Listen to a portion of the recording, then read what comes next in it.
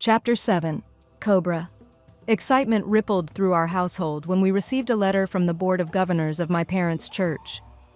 They were willing to commit to the proposed expansion of the mission programs and to support my parents for another year, but they wanted to send out a team to see it all for themselves and to build an independent budget on top of my father's proposal.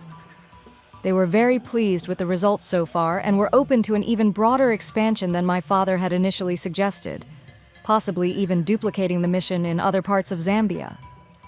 As he read the letter out loud, my father's eyes filled with tears. His shoulders seemed to lift under the weight of recognition. "Where will they stay?" Mom asked, more to the room than to any one of us. "The nearest hotel is in Serengeti, and I'm not sure they'd like that hotel." She was right. On our rare trips to Lusaka, we usually stopped at the Hotel Enkeldorn on the way home for a rest, a Coke, and a toasted cheese and tomato sandwich while Winston visited family. The place was a colonial relic in the Cape Dutch style, with a huge covered veranda. Pink bougainvillea climbed the columns and twisted across the beams overhead.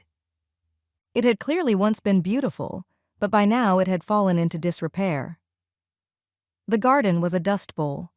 Concrete walls and floors were cracked, with no sign of recent maintenance. Several panes of glass were cracked or missing altogether. The furniture was worn and wobbly. The white metal patio chairs were missing their cushions, and the couches in the foyer were torn and stained.